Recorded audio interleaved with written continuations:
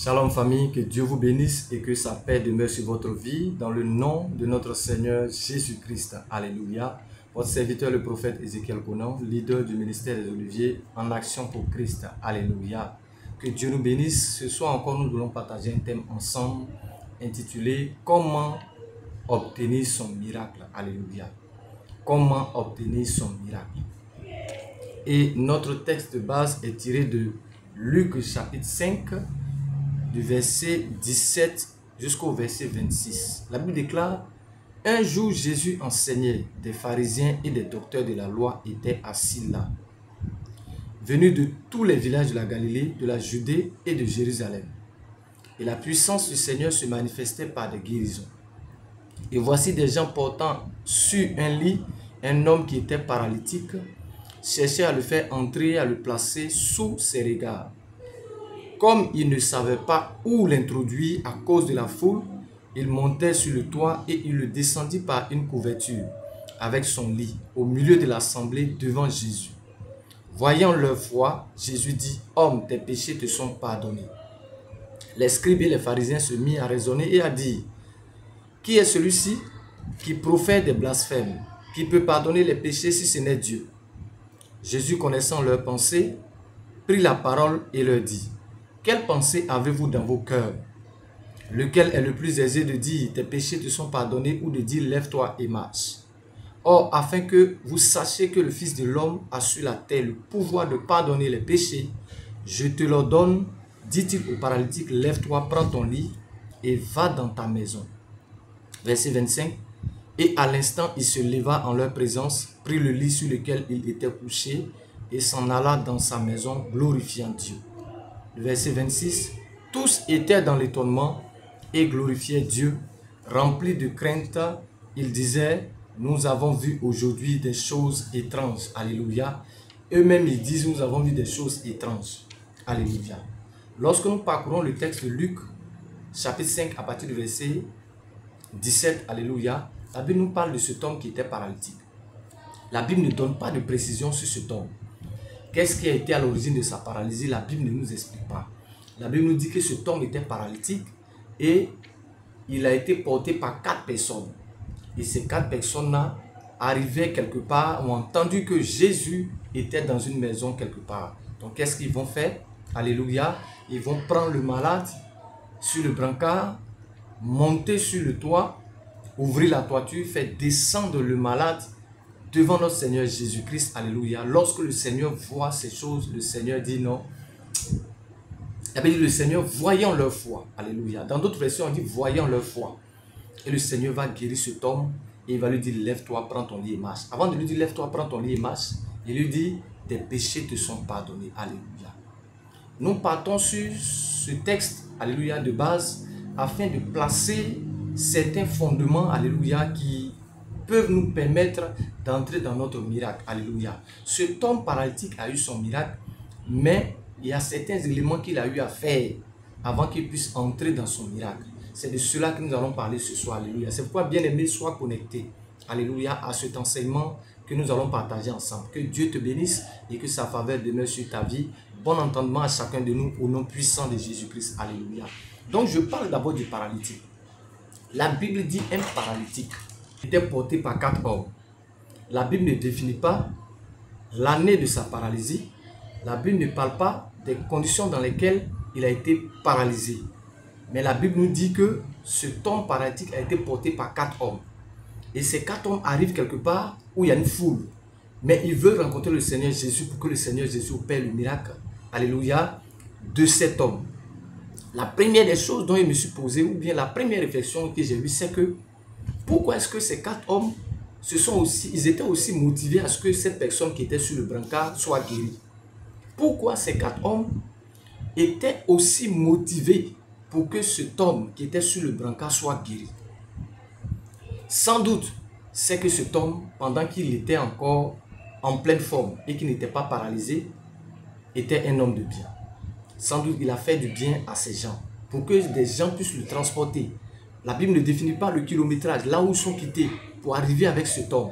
Ça veut dire que peut-être qu'ils ont parcouru une distance. Il y a une chose aussi qui est là, c'est que la Bible ne nous précise pas si ce paralytique était un homme qui était obèse. Vous imaginez un paralytique qui est obèse et des gens doivent le transporter. Vous imaginez la souffrance que ces gens vont endurer en voulant le transporter parce que son poids va faire que ça va peser sur eux. Donc ils vont le transporter avec difficulté. La Bible ne précise pas. La Bible dit seulement 4 hommes. Et lorsque j'ai analysé, je me suis rendu compte d'une chose, c'est que cet homme a fait du bien à ces gens pendant qu'il était encore en pleine forme. Alléluia. Bien aimé, j'ouvre une parenthèse pour te dire que dans la vie dans laquelle nous sommes, faire du bien autour de toi est une bonne chose. Parce que tu ne sais pas qui va te transporter sur le brancard. Alléluia. Nous connaissons notre présent, mais nous ne connaissons pas le futur. Tu sais comment tu peux commencer, mais tu ne sais pas comment est-ce que tu peux terminer. Alléluia. C'est pourquoi pendant que tu es sur la terre des hommes, arrange-toi pour faire le maximum du bien autour de toi. Alléluia. Comme cette femme qui s'appelait Tabitha dans la Bible, dans le livre des Actes. La Bible dit que cette femme cousait les habits des chrétiens. Elle faisait beaucoup de bien autour d'elle. Lorsqu'elle est morte, les gens sont allés appeler Pierre. Et Pierre est venu, Pierre a prié, cette femme a été ressuscitée. Pourquoi est-ce que cette femme a été ressuscitée? C'est à cause des bonnes actions qu'elle a posées. Le Seigneur a eu compassion. Même les gens ont commencé à plaider. Souvenez-vous un peu de la fille de Jairus. Les gens ont dit à Jésus, c'est lui qui a bâti la synagogue. Donc prie pour l'enfant de cet homme, pour que son enfant soit guéri. Alléluia. Et Jésus l'a fait. Je donne ces exemples pour dire, tout ce que nous posons comme action sur la terre, tout bien que nous faisons sur la terre, finit par nous revenir. Alléluia. Même si ce bien ne nous revient pas, ce bien reviendra à nos enfants. Alléluia. J'ai ouvert cette parenthèse, je ferme la parenthèse. Alléluia. Donc, les conditions dans lesquelles ce monsieur a été paralysé, la Bible n'explique pas. Et ces 4 personnes, la Bible ne donne pas leur identité. Étaient-ce les parents ou bien les enfants du monsieur? Étaient-ce les frères du monsieur? Étaient-ce les parents du monsieur? Étaient-ce les amis du monsieur? La Bible ne précise pas qui étaient ces 4 hommes. Mais la Bible dit qu'un paralytique était porté par 4 hommes. Alléluia. Et lorsqu'ils arrivent au devant de là où Jésus est, le premier obstacle qui se dresse au devant de leur vie, c'est la foule. Alléluia. Alléluia. Le premier ennemi de notre miracle, c'est la foule. Il y avait beaucoup de personnes.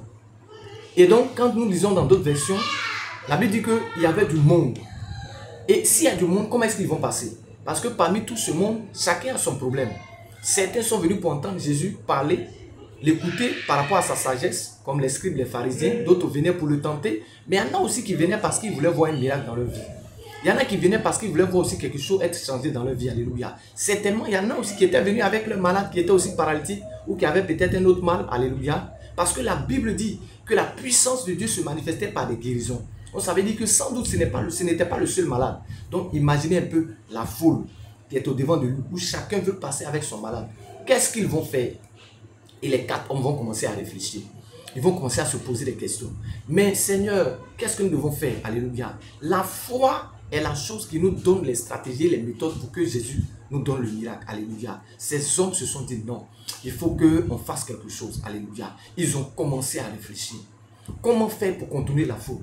Comment faire pour faire passer le malade quelque part où l'homme ne peut pas voir? Alléluia. La Bible dit qu'ils ont pris le malade et ils l'ont fait monter sur le toit. Alléluia. Ils l'ont fait monter sur le toit. Le premier obstacle, lorsque nous sommes sur la marche de notre vie, alléluia, chrétienne, le premier obstacle, c'est la foule. La foule, c'est l'image de ce que les gens pensent de nous. On se dit, qu'est-ce qu'ils vont penser de moi? Qu'est-ce que les gens vont dire de moi?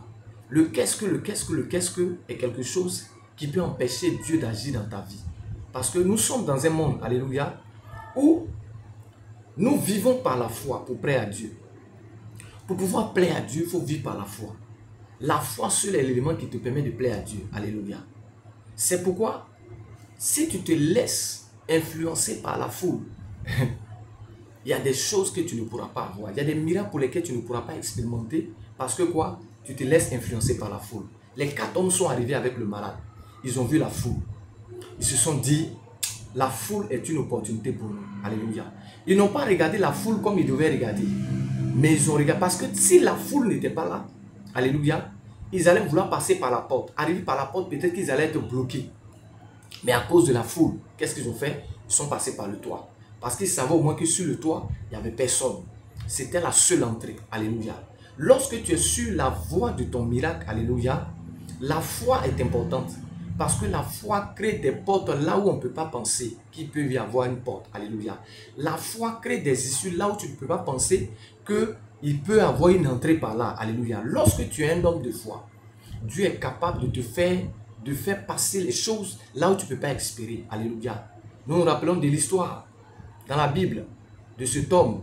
Lorsque Élisée a dit que le lendemain, parce qu'on était dans une période de famine, le prophète a dit, le lendemain, la famine va disparaître parce qu'on aura à manger. Il lui a dit, la Bible dit que la personne sur laquelle le roi se tenait a dit au serviteur Élisée, même si Dieu met des fenêtres au ciel, cela ne peut jamais arriver. Élisée lui a dit, tu verras de tes yeux, mais tu n'en mangeras pas. Alléluia. La foi est celle-là même qui ouvre des fenêtres. Là où on ne peut pas penser qu'il peut y avoir une fenêtre, la foi te permet de voir que là, il peut y avoir une fenêtre. Et qu'est-ce qui s'est passé? Effectivement, il y a une situation qui s'est produite et il y a eu la nourriture en abondance. Et lorsque les gens sortaient pour aller récupérer la nourriture, la Bible dit qu'il est tombé, les gens ont marché sur les morts. Il a vu de ses yeux, mais n'a pas mangé. Alléluia. Le premier obstacle, lorsque nous sommes sur la voie de notre miracle, c'est la foule. La foule, c'est l'image de ce qu'on peut penser de toi. La foule, c'est ce qui est autour de toi. La foule, c'est ce que tu vois de tes propres yeux. Les obstacles que tu vois de tes propres yeux. Lorsque tu arrives devant une foule, tu te dis, mais comment est-ce que je vais faire? Qu'est-ce qu'ils vont penser de moi? Regardez l'histoire de cette femme qui avait la perte de sang depuis 12 ans. La Bible déclare qu'elle a parcouru les médecins, parcouru les coins, elle n'a pas eu de solution. Jusqu'à ce qu'un jour elle se dise, non, il faut que j'aille voir le guérisseur par excellence, Jésus. Et lorsqu'elle prend la voie et qu'elle s'en va, elle arrive devant, elle croise une foule. Elle se dit seulement si je peux toucher le pan de la robe. Elle a fait tout son possible pour éviter la foule. Pour aller faire quoi? Toucher le pan de la robe de Jésus. La foi, alléluia, la foi est l'élément qui doit nous permettre de surmonter la foule, de surpasser la foule. Alléluia. Ces hommes pouvaient se dire non, il y a trop d'hommes, on va repartir. Et revenir le lendemain. Ils se sont dit c'est une opportunité à ne pas rater. Alléluia. C'est une opportunité à ne pas rater. Donc ils se sont engagés. Et lorsqu'ils se sont engagés, qu'est-ce qui va se passer? Ils vont passer la foule. Alléluia. Pendant que je suis en train de parler, je m'adresse à quelqu'un au bout de ce téléphone. Ton problème, c'est que tu as honte. Ton problème, c'est que tu te dis qu'est-ce que les gens vont penser de toi. Ton problème, c'est que tes regards sont portés sur les autres. Qu'est-ce que les autres vont dire de toi? Tous ceux que tu vois autour de toi, ils sont venus pour quelque chose. Tous ceux que tu vois autour de toi sont venus pour quelque chose. Tous ceux que tu vois autour, ils sont venus pour quelque chose. Et donc, chacun est focalisé sur pourquoi il est venu chercher. Quand tu es sur la voie de ton miracle, ne te préoccupe pas de ce que les gens vont dire, de ce qui va se passer autour de toi. Non, non, non, non. Tu es venu pour un objectif. Et l'objectif doit être atteint. C'est ce que tu sais. Le reste, ce n'est pas ton problème. Qui va être guéri, qui ne va pas être guéri, ce n'est pas ton problème. Si on prend les gens par choix ou bien par quoi que ce soit, ce n'est pas ton problème. Alléluia. Toi, la seule chose qui doit t'importuner, c'est que tu as déjà dans ta tête que si tu arrives, c'est que Jésus va faire le miracle.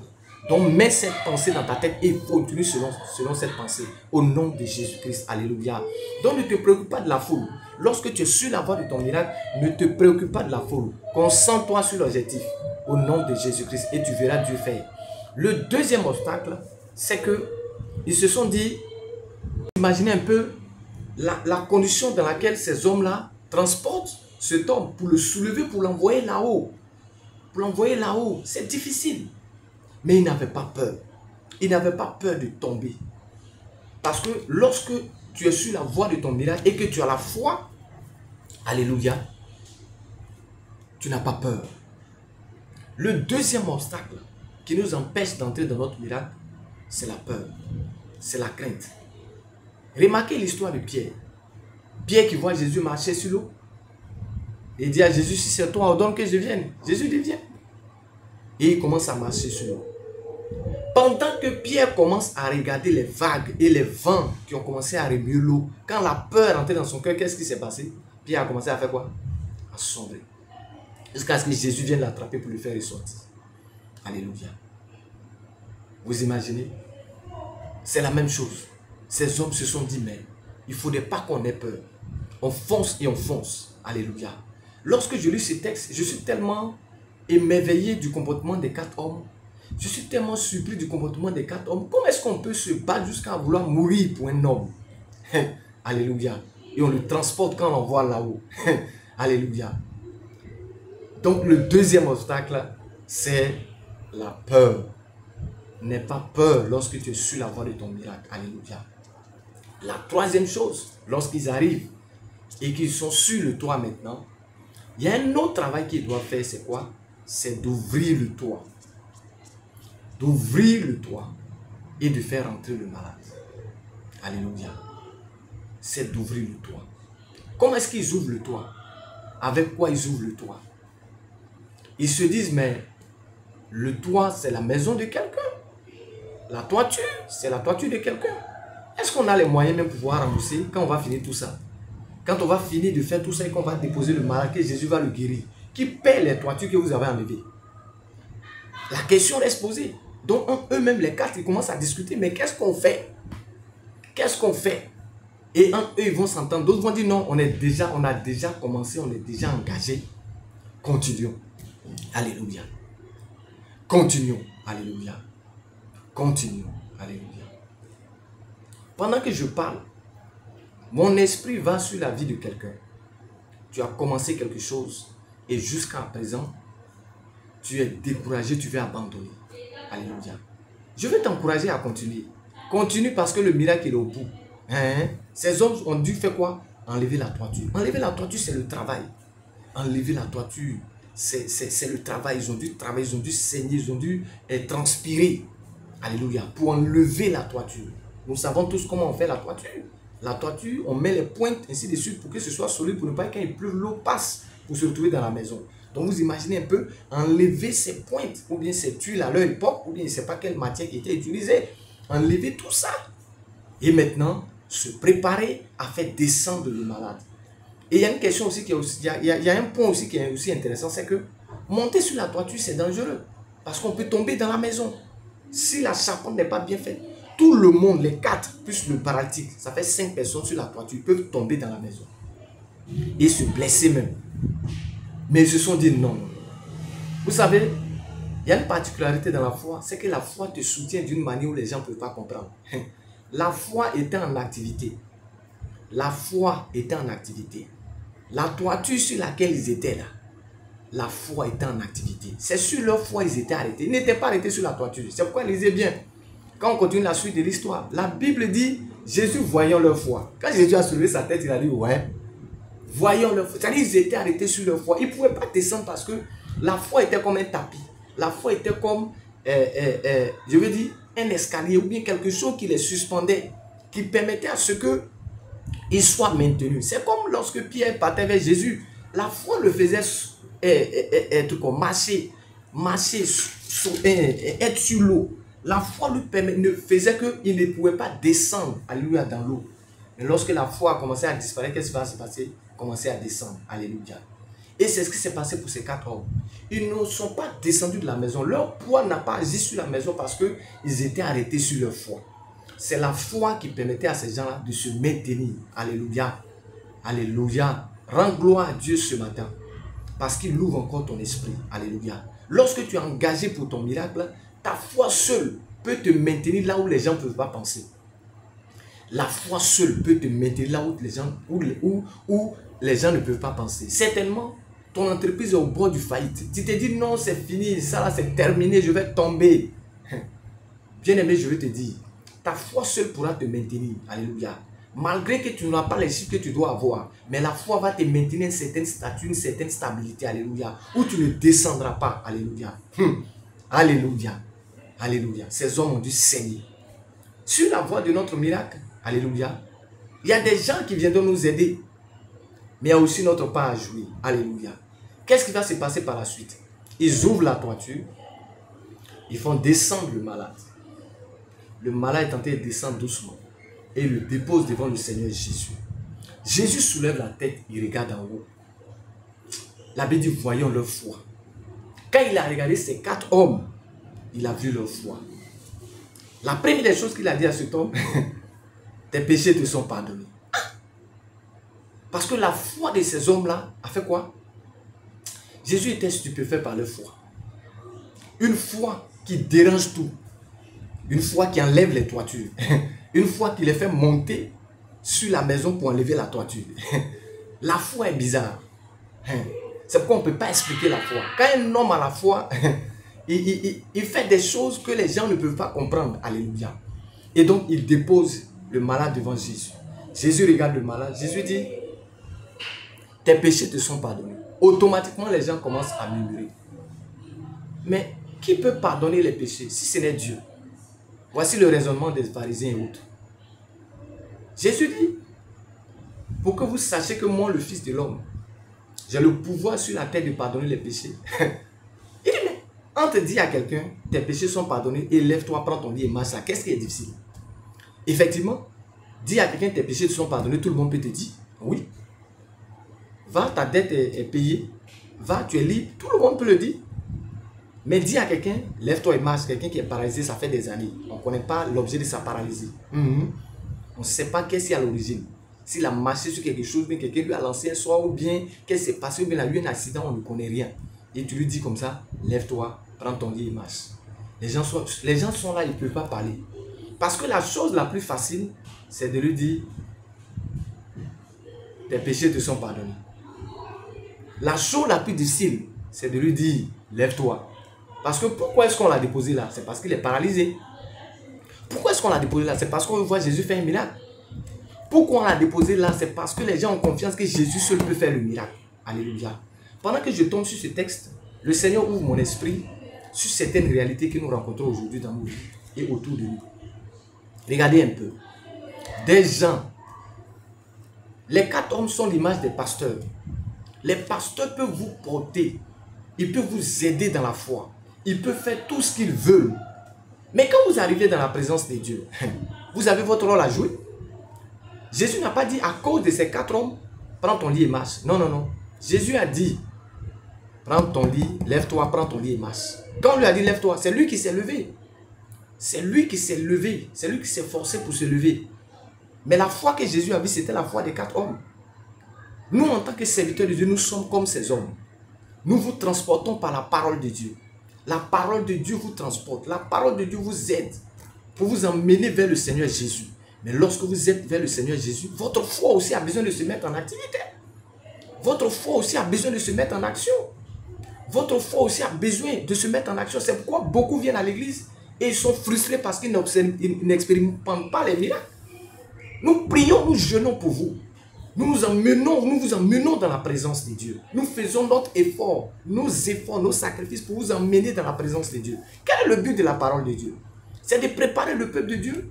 Préparer le peuple de Dieu dans la présence de Dieu pour le retour glorieux de notre Seigneur Jésus-Christ. Mais quand ils viennent dans la présence de Dieu, ce n'est pas le pasteur qui fait le miracle.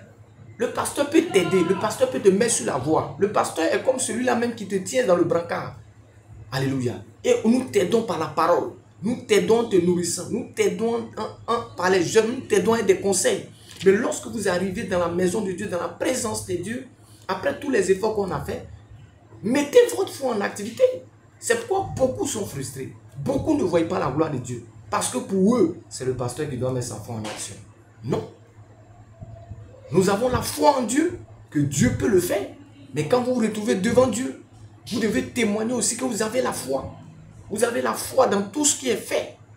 Au nom de Jésus-Christ. Alléluia. Vous devez avoir la foi. Tant que ce paradis se retrouvait là, dans la présence de Dieu. Et Jésus lui dit, tes péchés te sont pardonnés. Qu'est-ce qu'il allait répondre à Jésus? Moi, je ne crois pas que mes péchés sont pardonnés. Est-ce que vous voyez? Je ne crois pas que mes péchés sont pardonnés. Parce que le mal que j'ai là, je n'ai pas péché. Je n'ai rien fait. Mes péchés, je n'ai pas péché. Je n'ai rien fait. Il pouvait ne pas se remettre en cause. Alléluia, devant le Seigneur. Mais il n'a pas dit un mot. Et Jésus lui dit, lève-toi. Moi, je me pose la question, comment quelqu'un qui est paralysé, on peut dire lève-toi? S'il pouvait se lever, qu'est-ce qu'il allait chercher devant Jésus? Ou bien pourquoi est-ce que les gens allaient le transporter? Quand Jésus parle, les paroles de Jésus sont profondes. Quand il lui dit lève-toi, il dit les gens t'ont transporté, ils ont fait l'effort, ils t'ont envoyé ici. C'est à toi maintenant de faire ton effort. Quand cet homme a entendu ça, quelque chose va se passer en lui. Alléluia. Quelque chose va se passer. La foi. La foi. Alléluia. Verset 24. Or, afin que vous sachiez que le Fils de l'homme a sur la terre le pouvoir de pardonner les péchés, je te l'ordonne, dit-il au paralytique, lève-toi, prends ton lit et va dans ta maison. Et à l'instant, il se leva en leur présence. Alléluia. À l'instant, il se leva en leur présence. Hein? Il s'est levé devant tout le monde. Il dit non, mais les gens qui ont souffert, qui ont fait beaucoup de sacrifices, traverser la foule, aller ouvrir la maison même de quelqu'un, on ne sait même pas même comment on va gérer cette affaire-là. Qu'est-ce qu'on va dire au propriétaire de la maison? Et puis dans ça, on vient me déposer ici. Et puis moi, je suis assis là, tranquillement, peinard. Et puis, je ressors de la maison sans qu'il y ait quelque chose. Il y a beaucoup de malades dehors qui attendent. Ils n'ont pas pu entrer. Moi, ils m'ont mis là. Alléluia. Et puis, il est arrivé là, et puis il a tapé poteau. Et il y a des gens comme ça dans la vie. Les gens peuvent tout faire pour vous. Ils vont vous mettre dans les conditions pour que vous réussissiez. Quand vous arrivez dans cet endroit, au lieu de pouvoir faire ce que vous devez faire, vous faites autre chose. Mais que le Seigneur te délivre au nom de Jésus. Je prie que le Seigneur active ta foi dans le nom puissant de Jésus-Christ. Alléluia. Certainement, depuis l'année 2024, des gens t'ont transporté, des gens t'ont soulevé. Te transporter, te soulever, ça dépend des autres. Tu as une vie où tu ne fais rien, tu n'es utile à rien, tu ne sais à rien. Tu te poses la question, mais à quoi c'est ma vie? Parce qu'un paralytique, c'est quelqu'un qui ne peut rien faire, il ne peut pas travailler, il ne peut rien faire. Il est là, il mange, il dort. Et même quand il va aller à la scène, ce sont les gens qui les nettoient. Bien vrai que la Bible parle de la paralysie d'un homme qui était physique. Mais derrière ces choses, il y a des vérités spirituelles. Tu peux être dans la vie où tu te demandes, mais ma vie, c'est à quoi? Je dépends des autres. C'est les autres qui payent tout pour moi. Même pour manger, c'est les autres qui payent. Tout ce que j'ai, c'est les autres qui payent. Je ne peux même rien faire de moi-même. Quand j'ai un problème, c'est les autres toujours. Les autres peuvent te transporter pendant un certain temps. Mais il y a un temps où toi aussi, tu dois aussi transporter les autres. Jésus dit à cet homme, lève-toi, prends ton lit. Ce qui t'a transporté pendant longtemps, il est temps de te lever pour transporter ça aussi. Ma prière pour toi, toi qui m'écoutes derrière ce téléphone, 2024 a été une année où les gens t'ont aidé, t'ont transporté, ils ont fait ce qu'ils veulent, tout ce que tu avais, tu dépendais des gens. Ma prière que cette année 2025, l'Éternel te rende libre. L'Éternel te rende libre. Qu'il donne de l'agilité à tes pieds. Qu'il donne de la force à tes pieds. Au nom puissant de Jésus-Christ. Qu'il donne de la vigueur à tes membres physiques comme spirituels dans le nom de Jésus. Que tu commences à marcher. Là où les gens pensaient que tu ne pouvais pas marcher, que c'était fini. Alléluia. Pendant que tu rentres en contact avec ce message de foi, lève-toi et commence à marcher. Toi qui m'écoutes derrière ce téléphone, alléluia, et qui est malade et qui m'écoute, je proclame et je déclare par la puissance de Dieu, en te connectant à cette parole, lève-toi et marche. Parce que le miracle est en train de se faire. Pendant que je parle, assieds-toi sur cette parole. Crois en cette parole. Lève-toi de ton lit, commence à marcher, commence à sauter au nom puissant de Jésus-Christ. Alléluia. Des gens étaient stupéfaits. Oh, les gens ne croyaient pas. Tellement que les gens ne croyaient pas, les gens se disaient, ah, mais on dirait que cette fois-ci là, aujourd'hui là, on a vu des choses étranges. Quand on lit jusqu'à la fin de l'histoire, la Bible dit, les gens ont dit, les gens glorifiaient Dieu. Et ils ont dit qu'on a vu des choses étranges. Alléluia. Ma prière pour toi pour cette année 2025, que Dieu t'accorde de vivre des expériences étranges. Des choses que les gens ne comprennent pas. Quand on dit quelque chose qui est étrange, ça veut dire que c'est quelque chose qui est étranger. Quelque chose qu'on n'a pas l'habitude de voir. Quelque chose qu'on n'a pas l'habitude d'être en contact. Ce n'est pas dans notre milieu, ce n'est pas dans notre quotidien. C'est ça on dit c'est étrange. Un étranger, c'est quelqu'un qui n'appartient pas à une patrie. Tu es étranger, c'est étrange. Alléluia. Ma prière, si dans ta contrée, dans ta vie, il y avait des choses que les gens déclaraient étranges. Et étrange, ça peut être le mariage. Parce que tu peux être dans une famille où les gens ne se marient pas. Une famille dans laquelle les gens ne travaillent pas. Une famille dans laquelle les gens ne construisent pas. Une famille dans laquelle les gens ne voyagent pas. C'est ça les choses étranges. Ce n'est pas dans ta lignée. Mais pendant que je parle, la puissance de Dieu se saisit de mes paroles. Et je proclame et je déclare, les choses étranges vont arriver au nom de Jésus-Christ. 2025, je proclame, les choses étranges vont arriver au nom de Jésus, de manière positive. Des choses étranges vont arriver. Personne ne s'est marié dans ta famille. Tu vas te marier, c'est une chose étrange. Personne n'a jamais voyagé dans ta famille.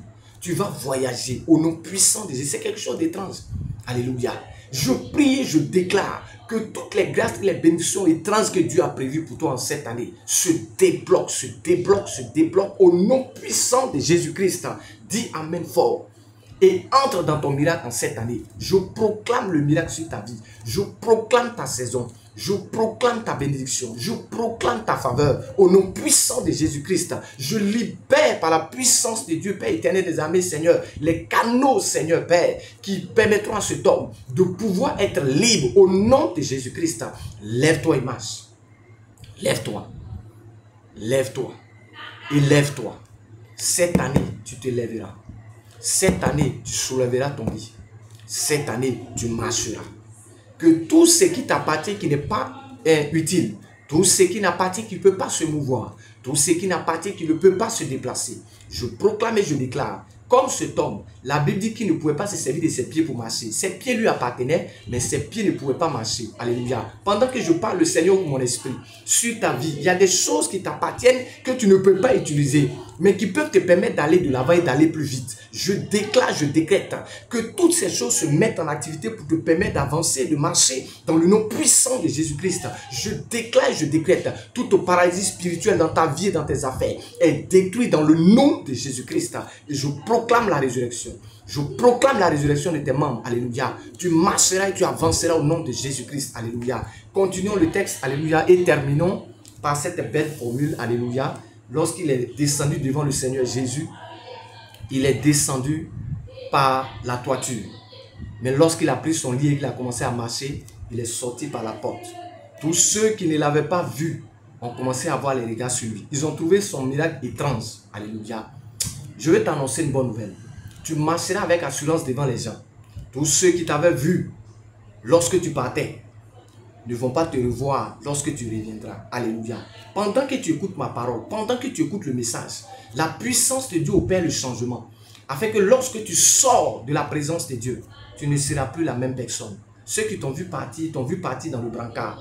Mais quand ils te voient venir, te voient attraper le brancard. Je déclare, je décrète par la puissance de Dieu.